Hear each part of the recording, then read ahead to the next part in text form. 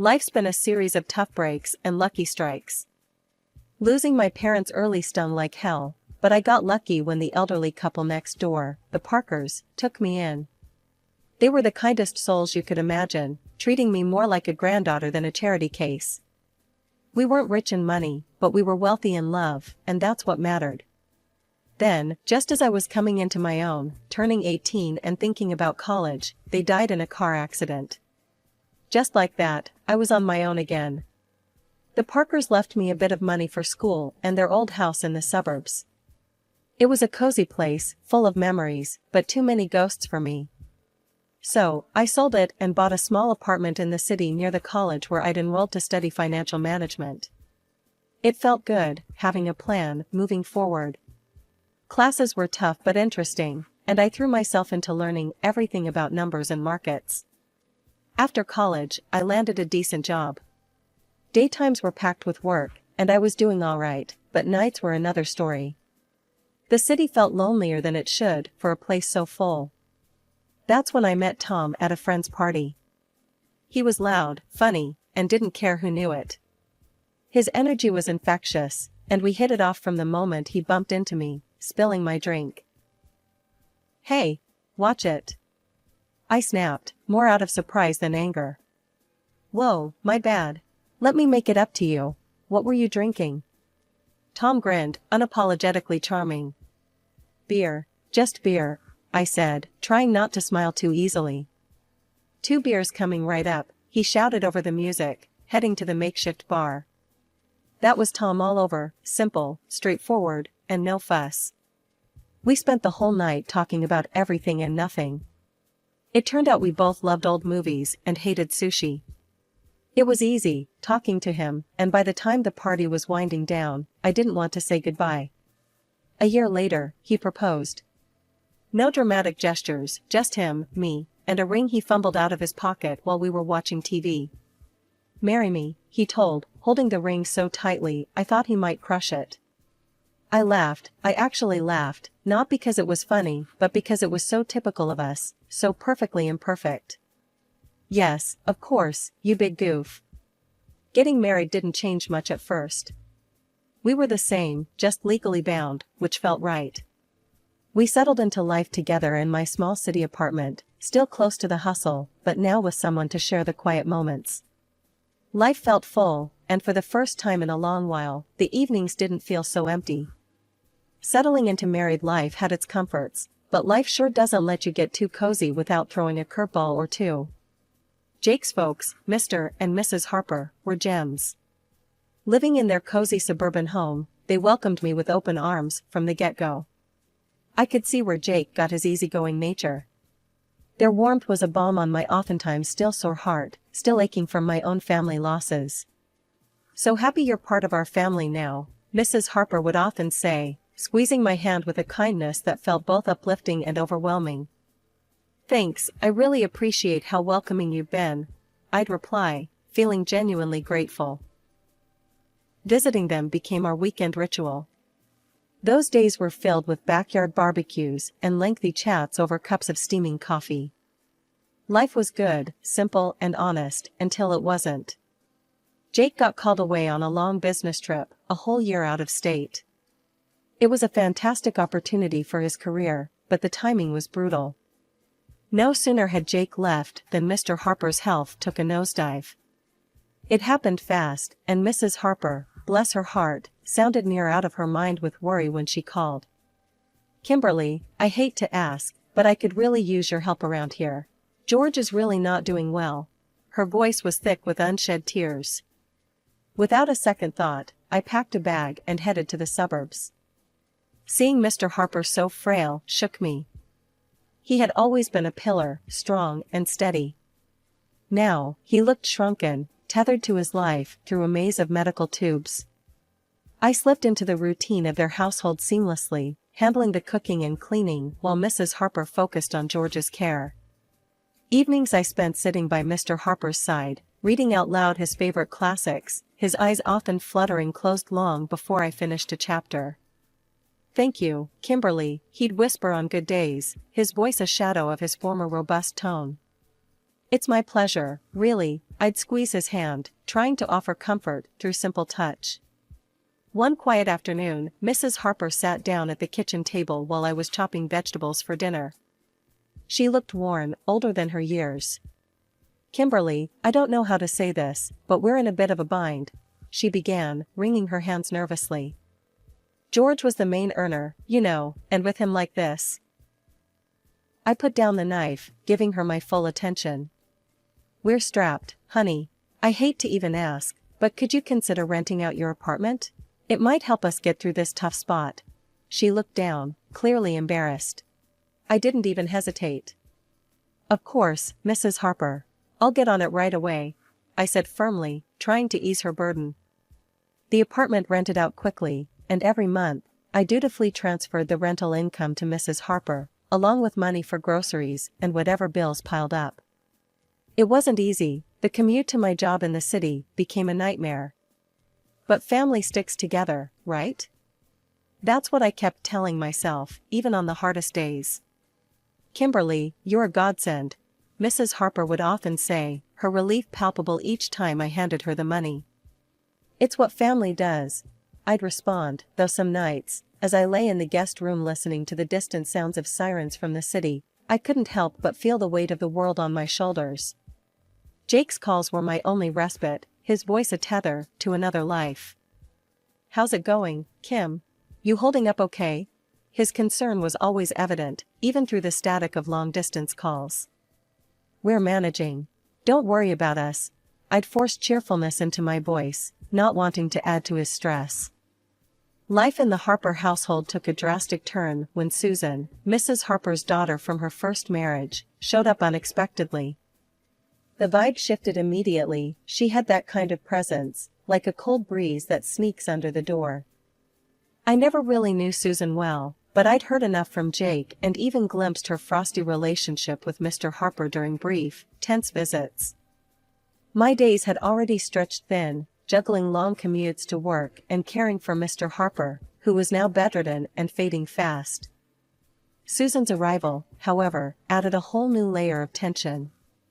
It was clear she was here to stay, making herself at home as if she owned the place. One evening, after a particularly grueling day, Mr. Harper beckoned me to his side with a weak gesture.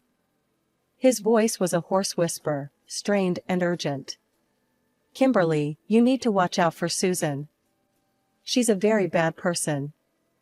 I leaned closer, the gravity in his tone pulling a knot tight in my stomach. "I understand, Mr. Harper.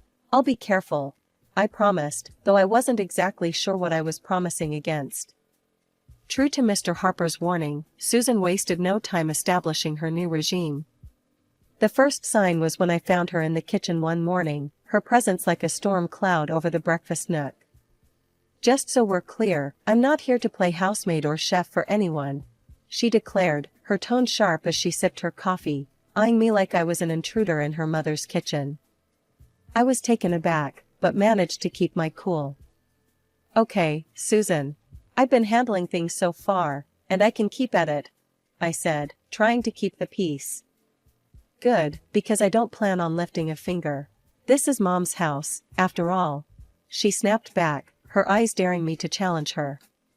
From that day on, Susan made sure her presence was felt and not in a good way. She'd order takeout just for herself and her mother, leaving their empty boxes on the table for me to clean up. Her disdain wasn't subtle, and it stung, but I swallowed the bitterness, because Mr. Harper needed peace. "Kimberly, why don't you sit and eat with us tonight?" Mrs. Harper asked one evening, a rare moment of old warmth in her voice. Before I could respond, Susan cut in sharply. "Mom, Kimberly's been busy all day, she probably prefers eating later." Her words were coated with fake concern, but the message was clear: I wasn't welcome. The days grew heavier, my chores doubling as Susan's entitlement filled every corner of the house. I'd hear her late at night, whispering with her mother, turning her against me with poison words. Mrs. Harper, once so kind and understanding, started to change too, her looks colder, her thank yous fewer. A couple of weeks later, Mr. Harper was gone. The funeral was a solemn affair, with Jake flying in just in time to say his goodbyes. It was the first time in months we were together, and the relief of having him by my side was palpable. Yet, amidst the morning, I noticed the air had shifted significantly at the Harper residence. Susan was on her best behavior, treating everyone with a forced politeness. "How's everything been while I've been gone?" Jake asked me quietly during a brief moment we had alone after the service. "Fine, everything's been fine," I lied, forcing a smile. I didn't want to burden him further, his grief was enough to handle. "You sure? You look a bit worn out," he pressed, his brow furrowed with concern. "It's just been busy, you know, helping out around here," I reassured him, avoiding his gaze. It wasn't the time to delve into the mess that was brewing beneath the surface. As soon as Jake left, Susan dropped her act. The mask of the dutiful sister was gone, replaced by the sneering, dismissive attitude I'd grown accustomed to. The dynamic in the house shifted drastically. Mrs. Harper, perhaps in her own throbbing grief, became distant and cold towards me. Commands replaced conversations, and I felt more like an intruder than a family member. Susan took over the household like she was the lady of the manor. Her reign was marked by disregard for anyone's feelings but her own. She started barging into my room without knocking, rummaging through my things as though she was searching for buried treasure. One afternoon, I was out in the garden trying to find some peace, when I stumbled upon a box lying among the shrubs. Curiosity piqued, I opened it, only to find my watches, jewelry, and even some underwear. My heart sank. Nearby, draped carelessly over a bush, were several of my dresses. Fury bubbled up inside me as I gathered my belongings. Clutching the box, I stormed inside, finding Susan in the living room, lounging like she owned the place. "What the hell, Susan?" I demanded, my voice shaking with rage. "You can't just throw my stuff out." Susan laughed, a cold, harsh sound that echoed mockingly around the room. "Live here? Please, you're just a guest, and not a welcome one. You should be out in the garden, or better yet, on the street. You're nothing but a rootless beggar anyway." Her words stung like salt in a wound. I couldn't believe the venom in her voice. Trembling, I turned to Mrs. Harper, who had just entered the room. "Mrs. Harper, please, tell her she can't treat me like this. This is supposed to be my home too," I pleaded, my voice cracking. Mrs. Harper, once kind and gentle, now looked through me as if I were glass. "This is Susan's house now." "She's right, Kimberly. Maybe it's time you found somewhere else to live." Her words were a blow I hadn't anticipated. I stood there, the box in my hands, my heart breaking in my chest. The home I had come to know, the family I thought I had, crumbled around me in that instant. Despite everything, I stayed because of a promise I made to Mr. Harper on his deathbed, to look after his wife and not let Susan overpower her. But day by day, Mrs. Harper seemed to adopt Susan's cruel traits, her words turning sharp, her eyes cold. "You're just sitting on your hands here, aren't you?" Mrs. Harper snapped one evening as I cleaned up after dinner, her voice dripping with disdain. "I'm doing my best to keep things running smoothly," I replied, trying to keep my voice steady despite the hurt her words caused. "Best? Could have fooled me. Seems like you're just freeloading," she scoffed, turning her back to me as she left the room. Her words stung. I was far from a freeloader. I had rented out my apartment and transferred nearly all that income to Mrs. Harper, on top of handling most of the housework, while Susan did nothing but criticize. Susan, living off her mother's pension, was relentless. "Really, what did my brother even see in you?" she would taunt me nightly, her voice loud enough to carry through the thin walls.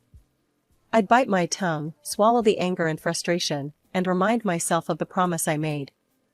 But the atmosphere was suffocating, the house a minefield of hostility. One evening, coming home early from work, my world tilted on its axis. I walked in to hear Susan and Mrs. Harper in the middle of a heated discussion in the living room, not noticing my arrival. "We need to get her to sell that apartment of hers. You know how much we could use that money," Susan was saying, her tone greedy and calculating. "Yes, but how do we convince her? Kimberly's no fool, she won't just hand it over," Mrs. Harper replied, her voice a mix of frustration and greed. "Leave it to me, Mom. I'll sweet talk her into it. Once she signs it over, we can finally live the way we deserve." Susan's words slithered through the air like a snake. Hearing them plot to strip me of my only financial security was a cold splash of reality. Fear gripped me. I couldn't stay, not anymore. My heart pounding, I slipped away to my room unnoticed. They were planning to rob me of everything. The decision was made right then, there was no staying after this. I hurriedly packed my essentials, my hands shaking. Every second in that house now felt like a countdown to disaster. I didn't bother with goodbyes, they didn't deserve them. Slipping out the back door, I ordered a taxi to the station. Sitting on the train to Jake's state, doubts swirled in my mind. Would Jake understand? Would he take their side? The uncertainty was crushing, but the fear of what might happen if I stayed was worse. I stared out the window, watching the landscape blur by, a mix of fear and resolve settling in my chest. When I arrived at Jake's place, his reaction was a cocktail of shock, relief, and a swirl of questions. His eyes widened as he opened the door to find me standing there, bag in hand, looking probably as frazzled as I felt. "Kimberly? What are you doing here? Is everything okay?" he asked, stepping aside to let me in. I hesitated, taking in the familiar, comforting sight of his temporary home. "No, Jake, everything's not okay. Not at all," I replied, my voice catching a bit. He led me to the couch, his expression now lined with worry.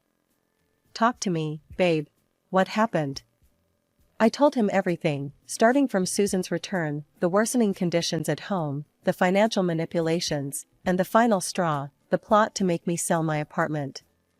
I hadn't wanted to worry him before, didn't want to add to his stress while he was away working.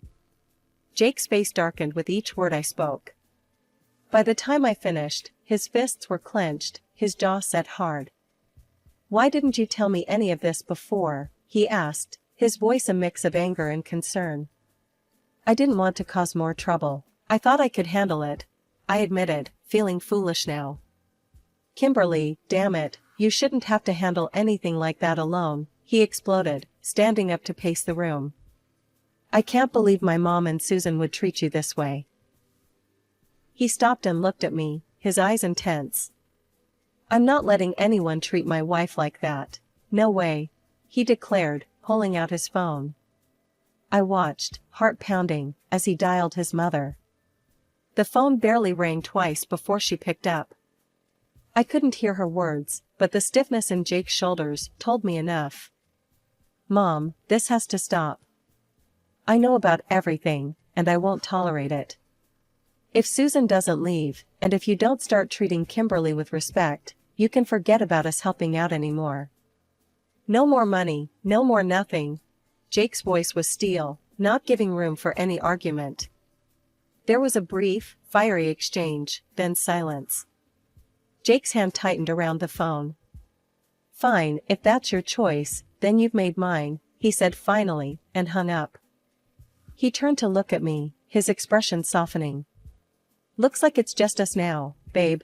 That's all we need," he said, coming over to wrap me in his arms. I leaned into him, the safety of his embrace fortifying me against the whirlwind of emotions. "Just us," I murmured, feeling the truth of his words. We were on our own now, but somehow, that felt okay. Jake and I talked long into the night. We discussed practical things like my remote work arrangements and our financial plans without the extra drain of supporting his mother and Susan. It felt like we were laying the foundations for a new chapter, just the two of us. "Whatever happens, we're in this together. You and me against the world, right?" Jake said with a determined grin. "Right," I smiled back, feeling more confident with him by my side. Against the world. The next few days were a whirlwind of activity. I contacted my job to arrange remote work, which thankfully, they agreed to. Jake helped me move my things from storage and set up a home office in the corner of his living room. It wasn't perfect, but it was ours, and it was peaceful. A week into our newfound peace, I was jolted by a call that almost felt like a ghost from a past life. It was Mrs. Harper.